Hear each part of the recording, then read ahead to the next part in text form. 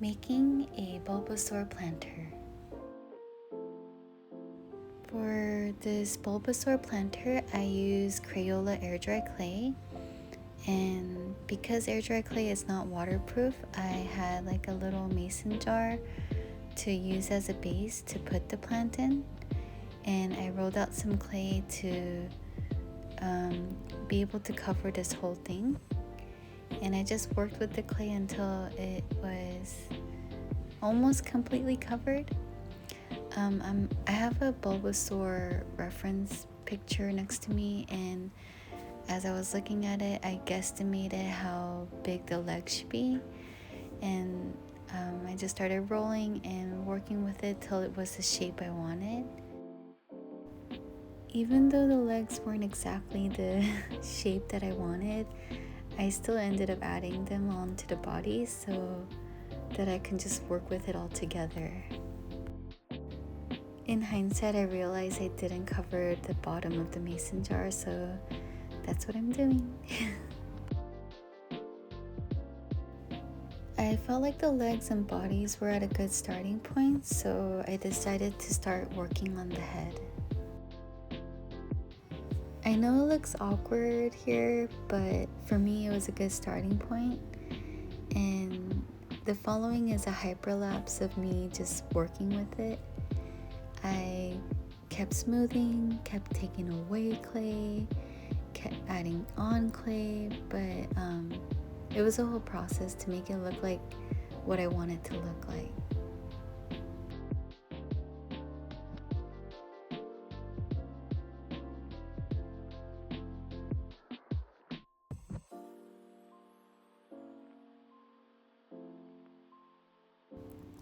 I'm slowing it back down to normal here because it kind of looks more the shape and size I want it.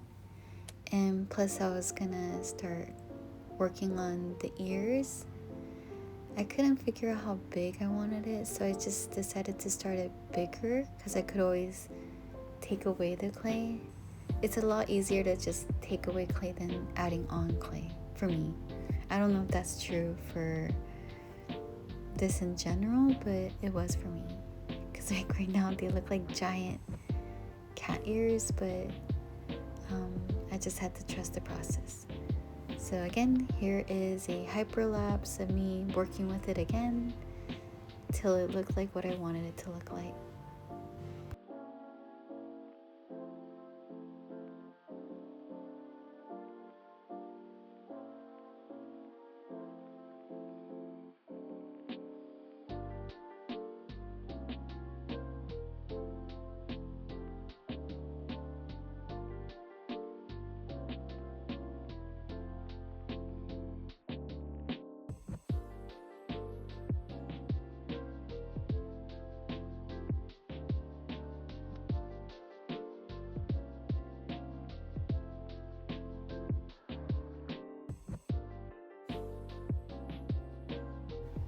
At this point, it was so satisfying to see that it started to look like what I wanted it to look like, and I just needed to keep trusting the process.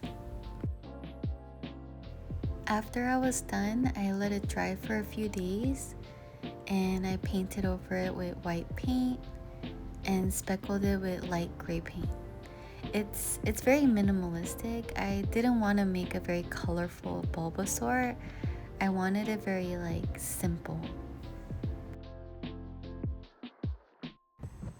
I painted on eyes that made Bulbasaur look like it's sleeping because I just thought it made it look so peaceful and cute.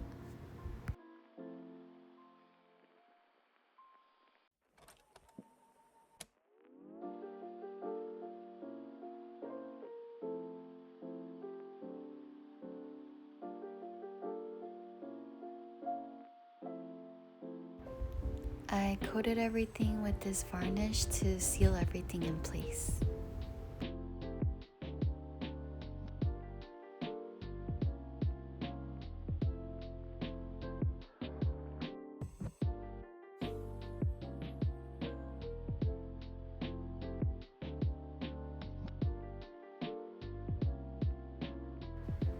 I cut out some felt pieces and glued it on the bottom of Bulbasaur so that it doesn't scratch wherever it's dragged on. And of course, here's my succulent plant, and that's it. And that's how I made this very minimalistic Bulbasaur planter. Thank you for watching.